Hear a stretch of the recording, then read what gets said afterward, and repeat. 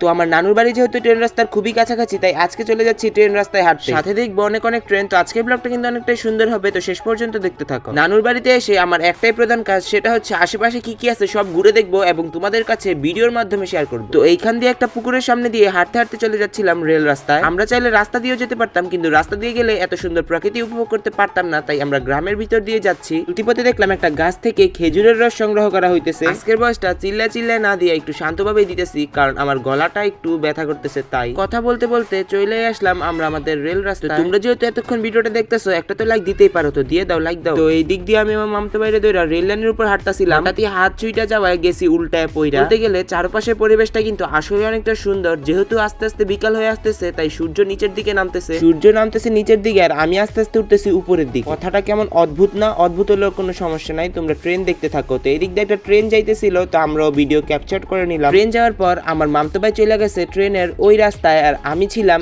এই রাস্তায়। তো দুইজনকে ভিডিও করতেছিলাম। এখন ভাবতেছি যে এইখানে একটা নিচে জায়গা আছে, ওইটাতে নামবো। তো প্রথমে ট্রেন লাইনের নিচে দিয়ে নেমে যাচ্ছিলাম, আর এই যে দেখো আমি কোথায়। যদি এদিক দিয়ে আমার মাথার উপরে একটা ট্রেন যাইতো ভাই, আমার যে কি একটা অবস্থা হইতো, মানে বলার ভাই। তো অনেক কষ্টের পর যে জায়গায় আসতে চেয়েছিলাম, তো সেই জায়গায় চলে আসলাম। তো দিয়ে দেবে এখান থেকে একটা লাভ। তো লাভ দিয়ে নাইমা গেলাম নিচে। তো নিচে নাইমা তো চারপাশের পরিবেশ দেখে আমি পুরোপুরি মুগ্ধ। ক্যামেরায় যে জায়গাটা দেখতেছো, এটা হচ্ছে ছোট একটা নদীর মতো, মানে বলতে পারে একটা খাল। খালের চারপাশে এক পাশে পাহাড়, আরেক পাশে খেত। এই দিকের পানিগুলো আসছে এই ছোট্ট ঝর্ণাটা থেকে। মূলত ঝর্ণার ওই প্রান্তে আরেকটা ছোট খাল, ওই দিক থেকে পানিটা নিচের দিকে বয়ে আসতেছে। তো কিছুক্ষণের মধ্যেই সূর্য ডুবতে চলেছে। তো এখন আমরা চলে আসলাম রেল লাইনের উপর, কারণ আবারও আসতেছে একটা ট্রেন আসার আগে তাড়াতাড়ি সেফ জায়গায় নেমে পড়বো। ওই যে দূরে ট্রেন আসতেছে, আর আমি এখন এইখান থেকে লাফ দিয়ে নিচে নেমে যাব, কারণ একটু পরে আসতে চলেছে ট্রেন।